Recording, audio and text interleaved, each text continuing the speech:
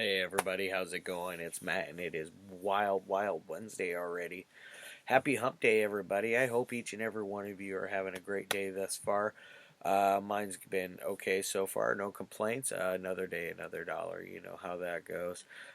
Today is a fantastic movie. It is one that I hadn't heard much about. I just watched it for the very first time the other day, and I really thought it deserved a review. It's from 1988, and it's rated R film. Runs about an hour and a half. It stars Cameron Dye, Karen Black, which is always awesome. Bud Cort, Divine, which Divine's great. Both Divine and Karen Black, rest in pieces. Rest in peace. Lynn Danielson and Tracey Walter. Tracey Walter is always great in everything he does as well. This one he really gets to shine as far as his acting ability goes. He really gives it his all with it.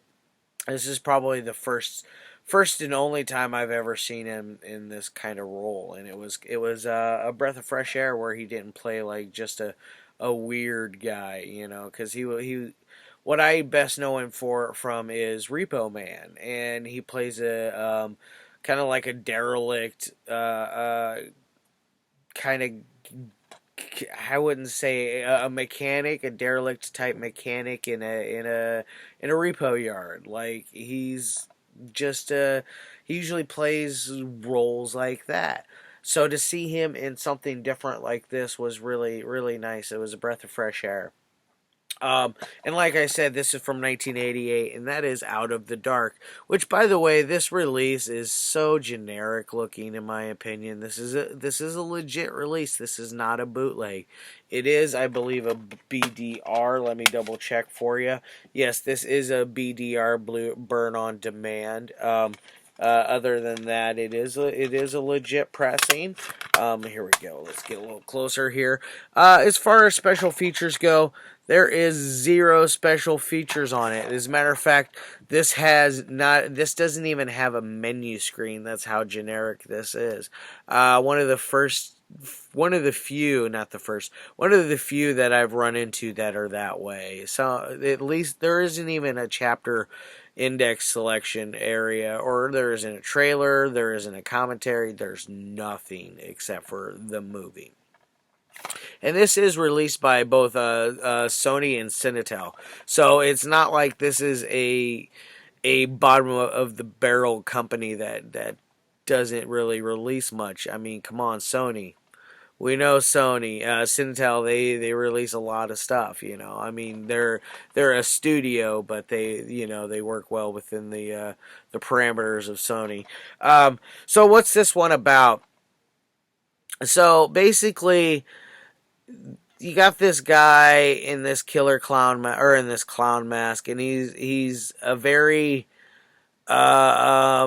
he talks a lot of trash when he's killing these people, and he's very tongue in cheek with it. Like at one point he kills somebody with a baseball bat, and if memory serves me, he even did a batters up like joke as he was smacked him in the face with a hammer. I mean a baseball bat. Which, by the way, the effects and the gore in this, you can tell they pulled back a little, but there was some fun little gags in there. There's one that involves a shovel. That I was kind of impressed on. I wish they stayed on the shot just a pinch more to let us really soak in the gore from it. It was a little hokey, a little cheesy looking, but that's okay. I really did enjoy it.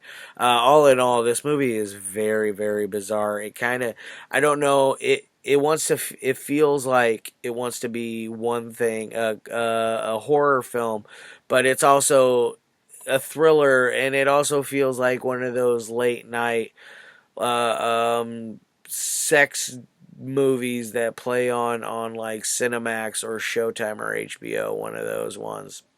Because it's got lots of TNA in this. As a matter of fact, the main stars of this, Karen Black and Cameron Dye and Lynn Danielson, they all work for uh, a phone sex operator service. So they do phone sex stuff, and all, that's their career.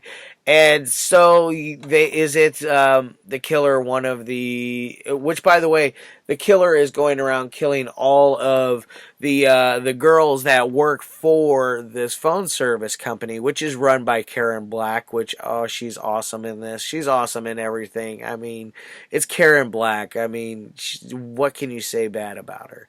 All the way, Trilogy of Terror, that's great, and all the way up to some of her later films, like even House of a Thousand Corpses. She was great as Mother Firefly, and awesome stuff.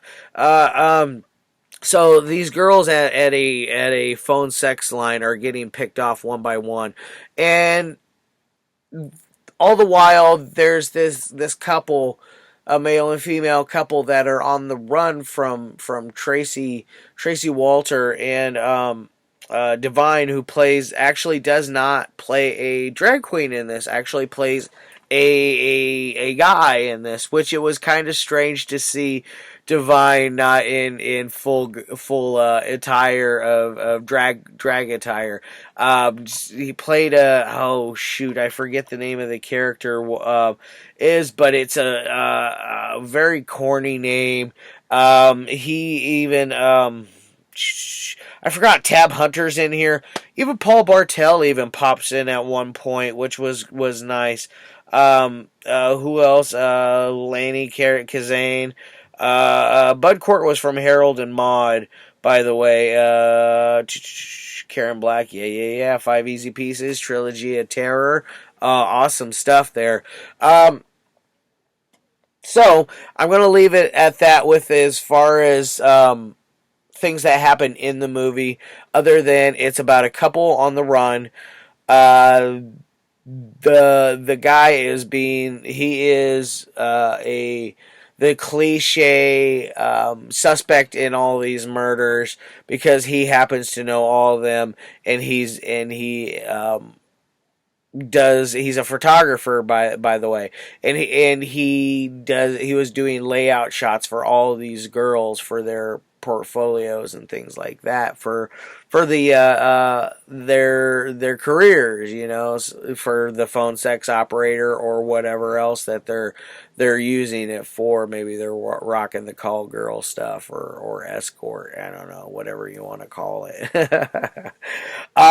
Now, as far as I'm not going to run too long on this one, because I really do not want to give away any of this, because this was a surprise. I highly suggest it. It's not a slasher. I don't know. It borderlines a horror. It is very it's kind of sleazy in ways because of all the sex and stuff in it. There's a lot of that late night. It just has that vibe of a late night movie on Cinemax, and I just can't emphasize that enough. It just felt like it was so weird with it, and then you have this killer in it, and then you got Tracy Walter in there, and then you got Divine in there, and then you got Jeffrey Lewis even in there playing a wicked drunk man. Like, he is overacting drunk. Almost, that's the one thing about all the acting in this. It's almost all overdone. It's very tongue in cheek in ways. It's I don't know if I take it serious or do I giggle at it a little bit. It's one on that aspect. Although it is really good.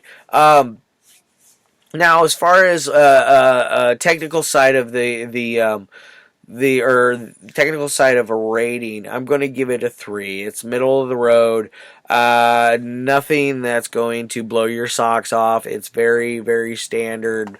Not a lot of gaping plot holes, except for there's a really big one towards the end that just doesn't make sense to me. Two of them. Let's say that there's two plot holes towards the end that just really catch me off guard and don't really make sense, but which are gaping huge plot holes. So minus that, so we're gonna let's shoot it down to a 2 just because of those gaping plot holes, because it was kind of changed the rhythm of everything, the way we were moving along and trucking along. It just changed it. It was like we got caught up in the spokes or something, like our chain caught up. Very very different. And now, as far as entertaining goes, this one is definitely a 3.5, 3.5, maybe 4. Depending on how you're feeling watching it. I really did. I thoroughly enjoy this. I suggest it to anyone that wants to watch a little bit of a thriller with some TNA and a ton of B-list actors that you've seen, this, that, and the other. It's very nice. I wish this is one I wish would get a nice little upgrade. It deserves it. This artwork is just horrendous. Tell me, do you guys think this is ugly or what? I mean, it is just bad looking, but it is a fantastic movie. Alright, guys, I hope you're all having a fantastic morning, evening, dawn, day, or dusk, whenever it is you're watching this. All that jazz. With your family and friends, loved ones, all that lovely stuff. Please like, share, subscribe. I'm gaining a few here and there, which which I am so happy, and I love each and every one of you for coming by and looking at my funny looking face and listening to my reviews of these my thoughts of these movies. All right, guys. Peace as always.